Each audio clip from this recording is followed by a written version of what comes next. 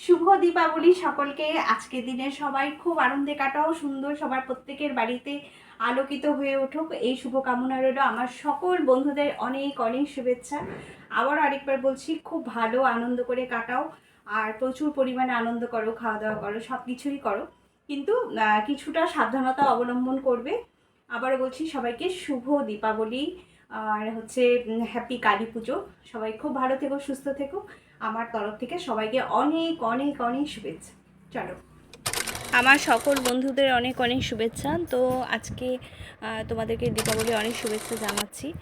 আর তোমরা সবাই খুব ভালো থেকো। আর এখানে দেখো আমি অনেক কিছুই বলছিলাম, তো রিপিটেড হয়ে যাচ্ছিলো, তার জন্য ভাবলাম যে এখানে কিছু গল্প আর কিছু আমার শুভকামনা তোমাদেরকে জানাই। আর দেখো আজকে এই দিনে আলো সবার বাড়িতে জ্বালানো হয়, অনেকগুলো রিজন আছে। কারণ এই সময় হচ্ছে রামচন্দ্র তার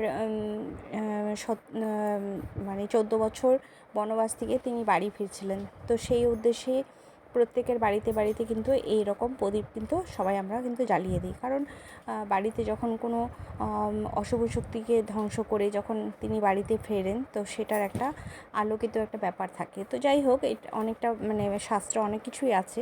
তো এই দিনে সবাই আমরা আনন্দ করি, সবাই আমরা কিন্তু অনেক কিছু আমরা এই দিনে বাজি মানে বলো বা ইসে বলো, সেগুলো সুন্দরভাবে আমরা জ্বালিয়ে আমাদের সৌন্দর্যটাকে আরও বাড়িয়ে তুলি। তো এগুলো অনেক কিছুই আমরা করি। তো যেখানে প্রদীপ জ্বালানো হয়, প্রদীপ জ্বালানো 14 বাতি দিয়ে বাড়িতে প্রদীপ জ্বালানো হয়। তো অনেক নিয়মগুলো রয়েছে, সেগুলো আমরা প্রত্যেকেই করে থাকি। আর মোমবাতিও জ্বালানো হয়। তো যে যেভাবে পারে সেভাবেই ব্যাপারগুলোকে আমরা করে থাকি। তো যাই হোক, আধুনিক যুগে তো অনেকভাবেই মানে অনেক নতুনত্ব সব কিছু তৈরি হচ্ছে, যার জন্য এখন ধরো ইলেকট্রিক যে টুনি লাইটগুলো সেগুলো আমরা জ্বালিয়ে রাখি ঘরে। সারাদিন আমরা কিন্তু সেই আলোতেই কিন্তু আমরা খুব সুন্দর লাগে, বাড়ির চারপাশটা দেখতে ভালো লাগে।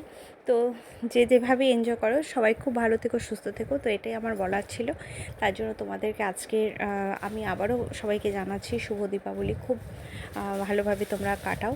আর প্রত্যেকটা বছর যেন এভাবেই আমরা সুন্দরভাবে কাটাতে পারি, সেটা আমাদের সবসময় মাথায় রাখতে হবে। আর চলো, আজকে দিনে এই পর্যন্তই বলার ছিল।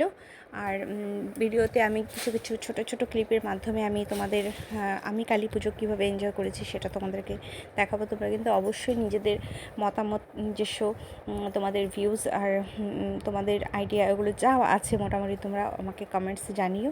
তো এটা আমার বলার ছিল। সবাই খুব ভালো থেকো, সুস্থ থেকো। তো আজকে এই পর্যন্তই। চলো, টাটা।